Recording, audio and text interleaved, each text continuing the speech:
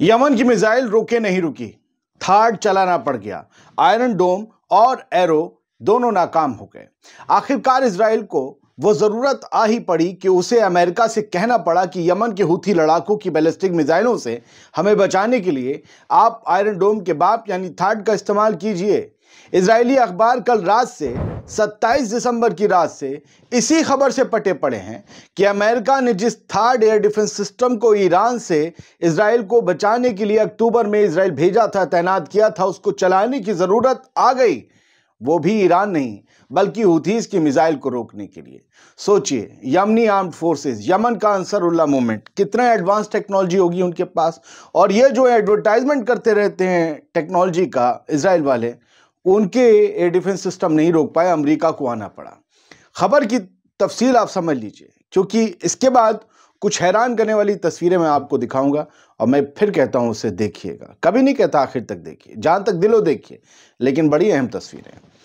The times of Israel और येदियोत एनोत अखबार लिखते हैं, अमेरिकी terminal high altitude area defence थाड, ये फुल फॉर्म थी थाड की। थाड का इजरायली जमीन पर पहली बार इस्तेमाल हो गया है।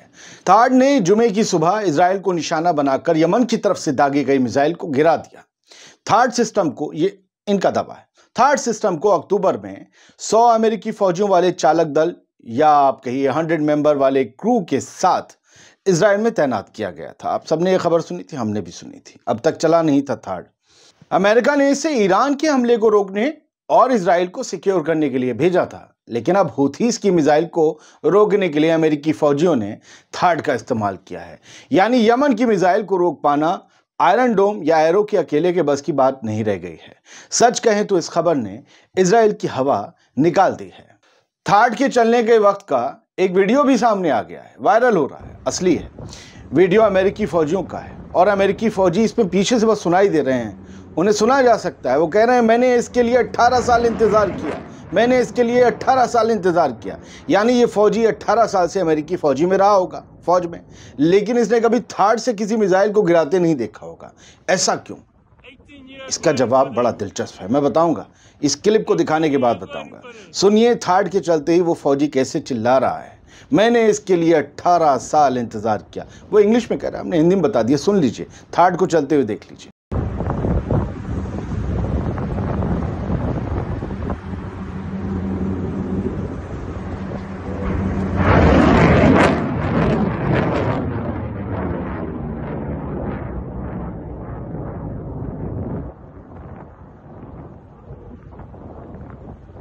$18 years waiting for this.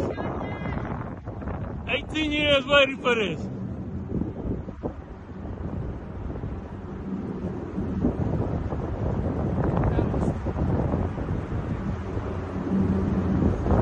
दोस्तों, इस वीडियो को इजराइल के कान न्यूज चैनल के रिपोर्टर इताय ब्लूमेंटल ने शेयर किया है। इससे इसके फेक होने का शुबहा खत्म हो जाता है। लेकिन वो अमेरिकी फौजी ये क्यों चिल्ला रहा था कि मैंने इसके लिए 18 साल इंतजार किया? बताता हूँ। दरअसल जनवरी 2022 में यूनाइटेड अरब एमिरेट यानी कि यूएई ने थाड सिस्टम का इस्तेमाल करके एक हौथी बैलिस्टिक यानी हौथीज की बैलिस्टिक मिसाइल को इंटरसेप्ट किया था। ये पहली बार था जब किसी मुल्क ने जंग में मिसाइल को रोकने के लिए थाड का इस्तेमाल किया था। यानी जंग में इसका इस्तेमाल 2 ही बार हुआ है। हालांकि ऐसी कोई जंग यूएई और यमन के बीच नहीं थी, लेकिन जैसी इधर चल रही है वैसे उधर भी आपको पता ही होगा। 2 ही बार इसका इस्तेमाल हुआ है अभी तक, इसलिए वो 18 साल चिल्ला रहा था। दोनों बार थाड को यमन के हूथीज की मिसाइल से ही जूझना पड़ा है। इजरायली मीडिया का कहना है कि 27 दिसंबर को यमन की इस मिसाइल को थाड ने मार गिराया, जबकि यमनी आर्म फोर्सेस के स्पोक्सपर्सन याहिया सारी का क्या कहना है, हमने आपको बताया था कि यमन की मिसाइल ने, बैलिस्टिक मिसाइल ने टेल अवीव के बेन गुरियन हवाई अड्डे को हिट किया। जहाज रुक गए, उड़े नहीं, जो आ रहे थे उन्होंने रास्ता बदल दिया। अगर याहिया सारी सही हैं तो ये अब इजराइल के साथ साथ अमेरिकी आर्मी के लिए भी शर्म का मुकाम है। जाएं और कैमरामैन को ले जाकर बेन गुरियन एयरपोर्ट का चप्पा चप्पा दिखा दें कि याहिया सारी झूठ बोल रहा है। थाड की एक खासियत जान लीजिए दोस्तों, फिर आपको यकीनन चुनी गई बेहद अहम तस्वीर दिखाऊंगा। जो कहा है वो करूंगा। थाड बिना किसी वॉरहेड के, कोई इसमें बारूद गोला नहीं लगता, बिना किसी वॉरहेड के हिट टू किल की टेक्निक पर काम करता है।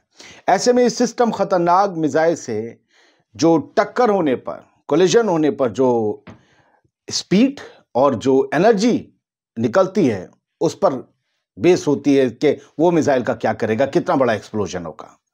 मान लीजिए किसी की कम है, किसी प्रोजेक्टाइल की स्पीड, तो एक्सप्लोजन भी उतना कम उसका होगा। ज्यादा स्पीड है तो ज्यादा बड़ा। सिस्टम का रडार 2000 किलोमीटर से ज्यादा दूरी पर मिसाइलों और एयरक्राफ्ट्स का पता लगा लेता है और उन्हें ट्रैक कर सकता है। इससे 200 किलोमीटर तक की रेंज में और 150 किलोमीटर तक की ऊंचाई पर मिसाइलों को रोकना मुमकिन है। याद रखिए, 2000 वाली रेंज रडार की पकड़ना और मार गिराने में फर्क है। जुमे की सुबह दागी गई हूथीज की मिसाइल को इजरायली इलाके में पार करने से पहले ही रोक दिया गया। ये इजरायली आउटलेट्स कह रहे हैं, लेकिन और आईडीएफ भी कह रही है। आईडीएफ ने ये बताया कि हमने इंटरसेप्ट की। छुपाया पता है क्या कि है थार्ड से मार गिराई। ये नहीं बताया कि थार्ड से मार गिराई, ये छुपा लिया आईडीएफ ने। अपनी बेइज्जती भी हो रही है। चलिए तस्वीरें दिखाते हैं। तस्वीर से पहले एक खबर बड़ी अहम है। इजराइल हूथीज के बड़े लीडर को टारगेट करने के लिए सोच विचार कर रहा है, बातचीत कर रहा है, मशवरा कर रहा है। सिग्निफिकेंट अटैक, यानी जिस तरीके से हसन नसरल्लाह, इस्माइल हानिया, उस तरीके से सैयद अब्दुल मलिक अल हूथी या सारी या कोई और, इन सब को टारगेट करने के लिए पूरी एक मीटिंग कर रहा है। खैर छोड़िए, बढ़ते हैं आगे। मैं एक अहम तस्वीर आपको दिखा रहा हूँ। वीडियो है, साइलेंट है। ये गज़ा है, गज़ा में तबाह हुए घर हैं और उन तबाह हुए घरों को भी गिराया जा रहा है। बिना गिरा हुआ कोई घर आईडीएफ को देखना मंजूर नहीं। और इन घरों को गिराने का ये वीडियो देखते रहिए। इन घरों को गिराने का ये वीडियो सोशल मीडिया पर शेयर करके और एम्बियंस भी दे रहे हैं, हंस रहे हैं, खेल रहे हैं। इसमें खास क्या है? ये तोप से नहीं उड़ाया गया, मिसाइल से नहीं उड़ाया गया। पहले तो तबाही हो चुका था। जो टैंक पे आगे मशीन गन लगी होती उससे मारा जा रहा है। कॉलम एक तरफ का कमजोर था और उड़ाया जा रहा है ताकि पूरा घर नीचे आकर गिर पड़े। ये बेघर फलस्तीनियों के घर हैं। फिलिस्तीन आइन ने क्या लिखा है, इस वीडियो को शेयर कर। एक हृदय विदारक नजारा जो इंसानों के जज्बात को झकझोर के रख सकता है। भूख एक त्रासदी की तरह आगे बढ़ रही है, उसका एक भयावह चेहरा हमें देखने को मिल रहा है। जो डिस्प्लेस्ड लड़कियां हैं वो मूसलाधार बारिश और ठंड के बीच सूप किचन के सामने भीड़ लगाए नजर आ रही हैं। उनकी चीखें खामोशी को चीरती हैं क्योंकि वो चावल के बने हुए खाने के लिए मिन्नतें कर रही हैं, रिक्वेस्ट कर रही हैं कि हमें खाना दे दीजिए, न जाने कब से नहीं खाया है। उनके भूखे परिवारों को खिलाने के लिए उन्हें बहुत मुश्किल से खाना मिल पाता है। ये गज़ा के बच्चों की और बच्चियों की सबकी हालत है। हमारे पास जो है हमें उस पर शुक्र अदा करना चाहिए, लेकिन इनके लिए अब शायद उससे ज़्यादा दुआ करनी चाहिए।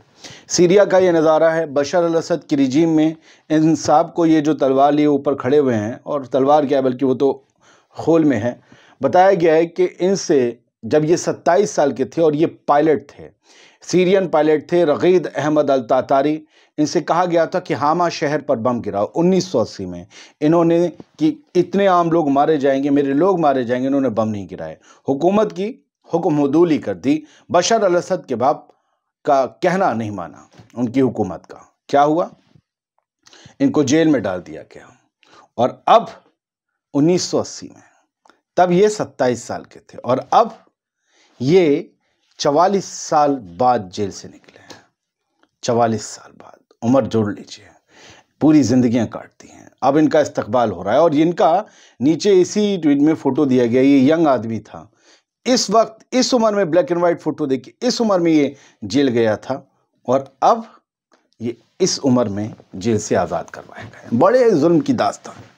हर हुक्मरान उसका एक अच्छा रूप है, एक बुरा रूप है। किसी के लिए अच्छा है, किसी के लिए हीरो, किसी के लिए विलन। हर किसी की यही कहानी है। बहुत बहुत शुक्रिया।